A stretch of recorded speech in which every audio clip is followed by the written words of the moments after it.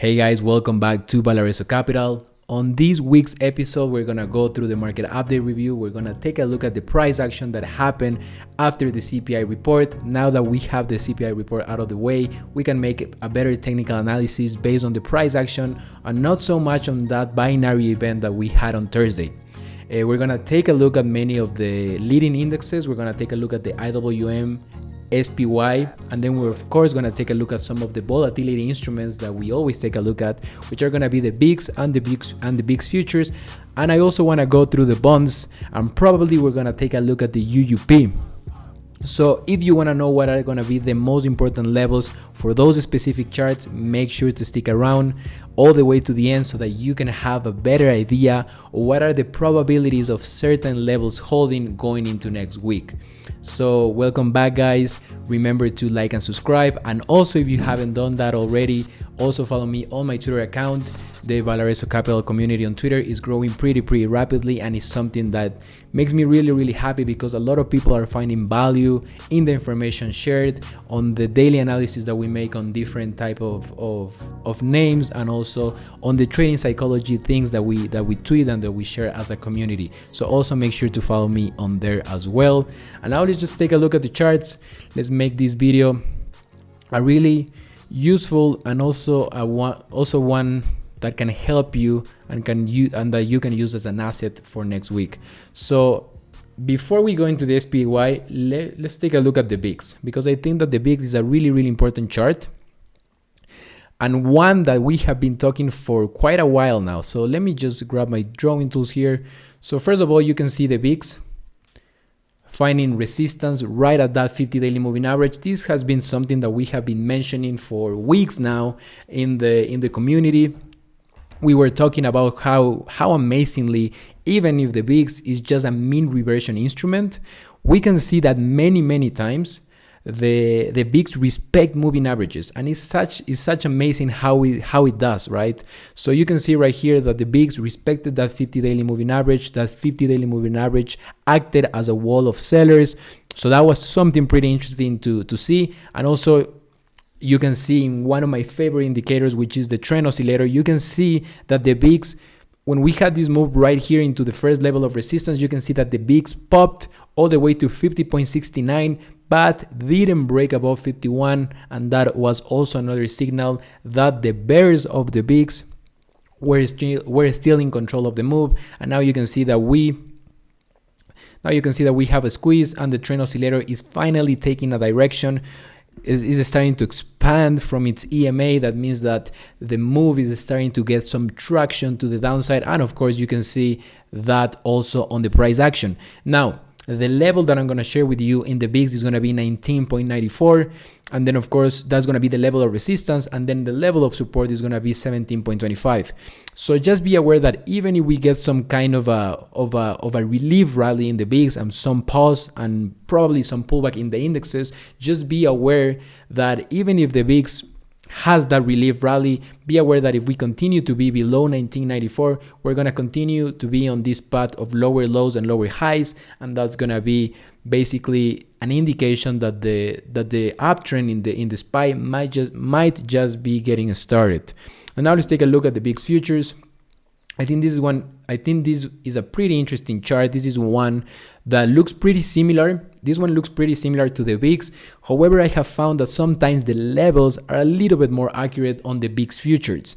Now you can see that pretty much we have the same thing. You can see that we found a lot of resistance at that 50 daily moving average. However, you can see how amazingly Fibonacci is working here.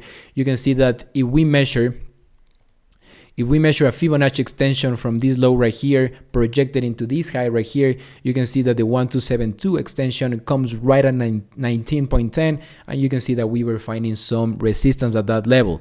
Now the interesting thing about Fibonacci is that once we reach an extension, there's a high probability that we're going to see some kind of a retracement move. So the retracement move, we're expecting it to come somewhere around 21.25, which is going to be this level of resistance here, and you can see that the moving averages are starting to catch up, and of course you can see the trend oscillator moving back to the downside, getting extended from that EMA, meaning that we're getting some traction on the move to the downside. And also you can see that the TTM squeeze is starting to fire to the downside. So this one is looking bearish.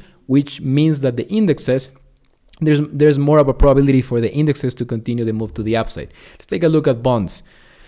So the bonds, we're taking a look at TLT, and if you happen to read some of the O'Neill books and many of those amazing books about chart analysis, you're probably familiar with the cup and handle pattern, right? The cup and handle pattern is a pattern in which basically we tend to see buyers getting more aggressive as we move towards the right side of the base, right? So we tend to see a pretty important level of resistance. In this case, that level is going to be somewhere around 110, 19.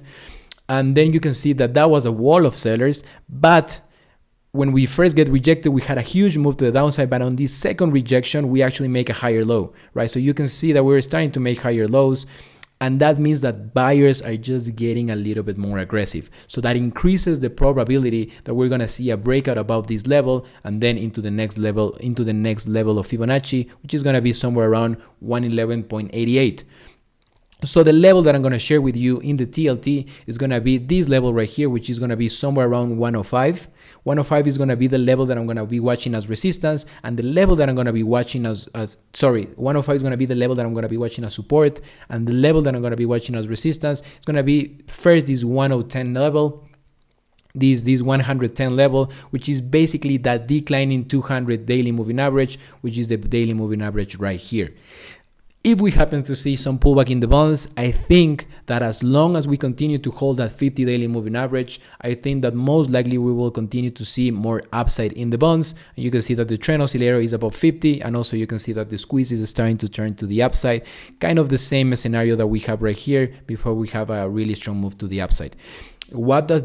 What is the importance of bonds? The importance of bonds is that TLT is basically moving the opposite of the TNX, and the TNX is the chart that represents interest rates in the market. And of course, if the TNX is going up, that means that we're probably going to see more pressure on the technology stocks and many of the growth stocks that we like to trade in the market. But if TLT starts to get a little bit more of support by the bulls, that means that TNX is gonna be going lower, and names like DocuSign, Shopify probably are going to be starting to find some very important floors, and probably are going to start to move to the upside. So that's the importance of the chart of the TLT. Now let's take a quickly look at UUP, which is going to be the chart for the dollar. So what is really important here is that you can see, right, that the trend oscillator, right, clearly continue to make lower lows. You can see that we continue to get rejected by this moving average, which is a very important indicator for the trend oscillator. And you can see that the squeeze is also starting to fire to the downside. And if you just look at price action right here, you can see pretty clearly that we got rejected at the 30 daily moving average on a pretty strong candle to the downside, and we just continue to move to the downside. Now we are in the bearish hemisphere because we are below the 200 daily moving average. So I think that there's a really high probability that this move in the UUP, meaning the move to the upside, is completely done, and now we can start to see more relief in the indexes for a considerable move to the upside. So that's what's happening in the UUP. Let's take a look at the IWM. And right now the IWM, I think, is the leading sector right now in the market, and that's actually kind of a good thing, right? Because we're starting to see these Russell 2000 names starting to take a move, starting to lead in the charge, and I think that's really important. Now, what I'm looking here, and I love this chart, by the way, right? I think this is a pretty bullish chart. You can see that we have a pretty clear level of resistance here. You can see that we will continue to make higher lows, which is actually pretty constructive. And also, if you want to call this a kind of a cup and handle, I think you can do that because it has the characteristics of one. Now, we do have to take into consideration that we had a pretty strong rally, right? This was a pretty strong rally of the lows. You can see that we have a squeeze that is starting to fire to the upside. You can see that we have a positive cross in the trend oscillator, confirming us a buy signal in this instrument. However, we just have to be aware that we are pretty extended. This has been a very important level of resistance. And given that we have made this move all the way back to resistance, the probability of at least a consolidation below this level right here, which is going to be somewhere around 190, is actually pretty strong, right? So we're probably going to see a little bit of consolidation, perhaps a little bit of a move to the upside, perhaps some downside, maybe even a pullback. I think that's gonna be constructive. Just be aware that if you're trading this, just be aware that it's a little bit extended. Now, what are the levels that I'm gonna share with you? Pretty easy, right? The first level that I'm gonna share with you is gonna be this Fibonacci, right? Which is 186.90. I think that has a probability of acting as resistance, and then the level of support that I'm going to give you is going to be this 181. So if we happen to see some pullback back into this 200 daily moving average, because remember that the 200 was acting as resistance, maybe we see a little bit of a pullback right here. I think that's going to be a buying opportunity, and the first target is going to be that first Fibonacci extension measured from this high here all the way to this low here, and that comes at 191.